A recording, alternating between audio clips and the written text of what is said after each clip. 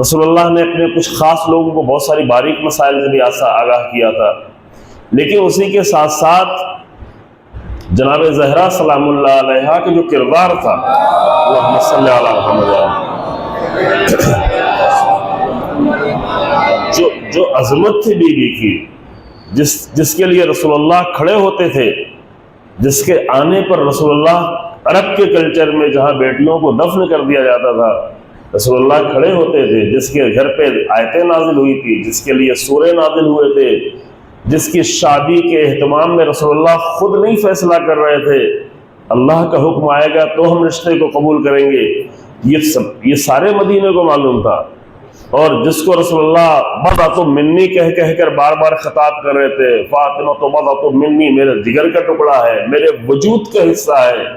جس کو سیدۃ نساء العالمین قرار دیا گیا تھا، جو تمام تاریخ کی خواتین کی افضل خاتون قرار دی گئی تھی، یہ سب کو معلوم تھا۔ اور دوسری طرف جناب زہرا سلام اللہ علیہا نے جو بھی قدم اٹھایا وہ تو اپنے لیے نہیں تھا، نہ اپنے لیے تھا، نہ کھجوروں کے لیے تھا، نہ کھجور کے درختوں کے لیے تھا، نہ کھجور کے باغات کے لیے تھا، نہ باغ فدق کے لیے تھا۔ بی بی نے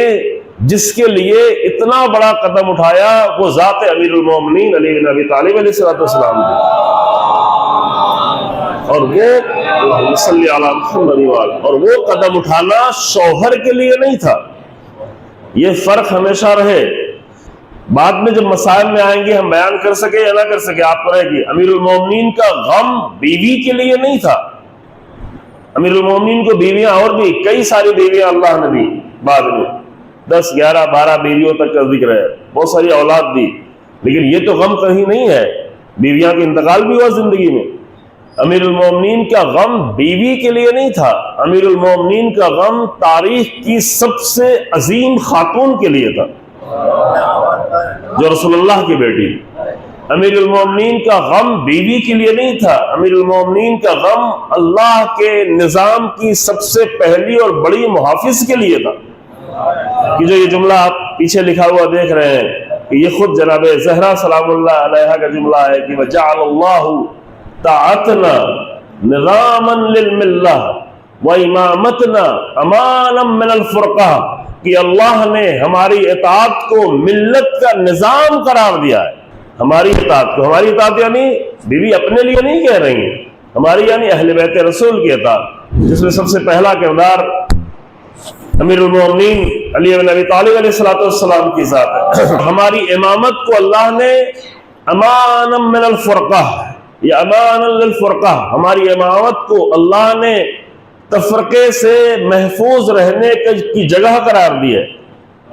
تفرقوں سے بچانے کے لیے ہے امامت، تفرقوں سے۔ یہ جناب زہرا سلام اللہ فرما رہی تھی۔ یہ پورا خطبہ آپ اٹھا کے پڑھیں، یہ آپ کو شروع میں مل جائے گا، یعنی توحید کی گفتگو کے بعد، رسالت کی گفتگو کے بعد، رسالت کے پہلے کے حالات کے بعد جو سب سے پہلا مسئلہ بی بی نے بیان کیا ہے وہ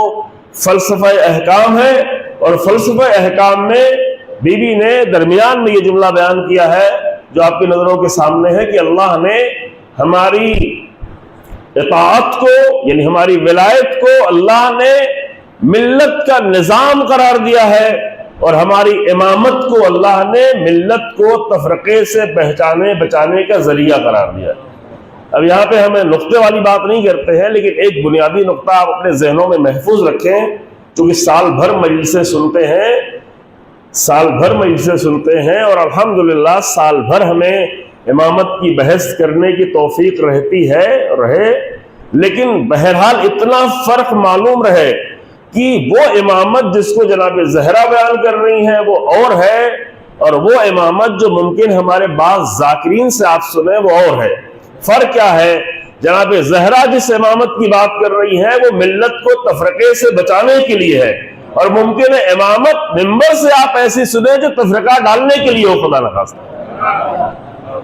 اور دور تو تفرقہ نہیں، حتیٰ کبھی کبھی اپنے درمیان میں بھی تفرقہ ڈالنے کے لیے ہو۔ تو یہ فرق ہمیشہ ذہنوں میں رہے کہ امیر المومنین کی امامت کیا ہے، جناب زہرا کی نگاہ میں امیر المومنین کی امامت کیا ہے۔